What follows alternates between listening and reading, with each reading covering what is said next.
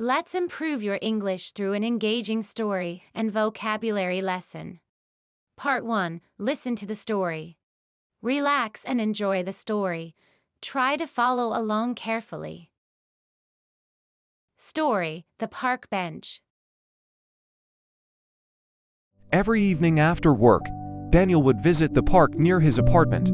He always sat on the same bench, shaded by an old oak tree, watching the world go by. It was his way to unwind, leaving the day's stress behind. One evening, as the golden light of sunset stretched across the park, a young girl named Mia approached him. She was holding a worn soccer ball and looking unsure. "Excuse me," she said shyly. "Can you kick this back to me?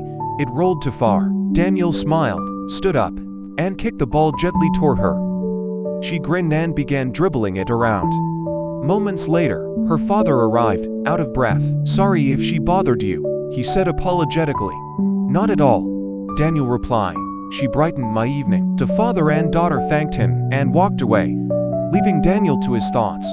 That small interaction, simple as it was, reminded him how even brief moments of kindness could add warmth to a day. As he sat back down, a sense of contentment washed over him. He realized that, despite the busy world around him, small moments like this made it all worthwhile. From then on, Daniel found himself smiling more often, sometimes at strangers, sometimes at memories of that evening.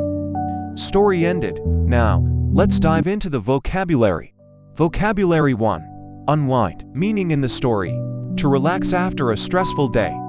Actual meaning: to relax or become less tense. Example sentence: after a long day at work, I like to unwind by reading a book. Vocabulary 2. Worn. Meaning in the story: the soccer ball that is old and used. Actual meaning: something that has been used or is in poor condition due to frequent use. Example sentence: her jacket was worn from years of use but still kept her warm. Vocabulary 3.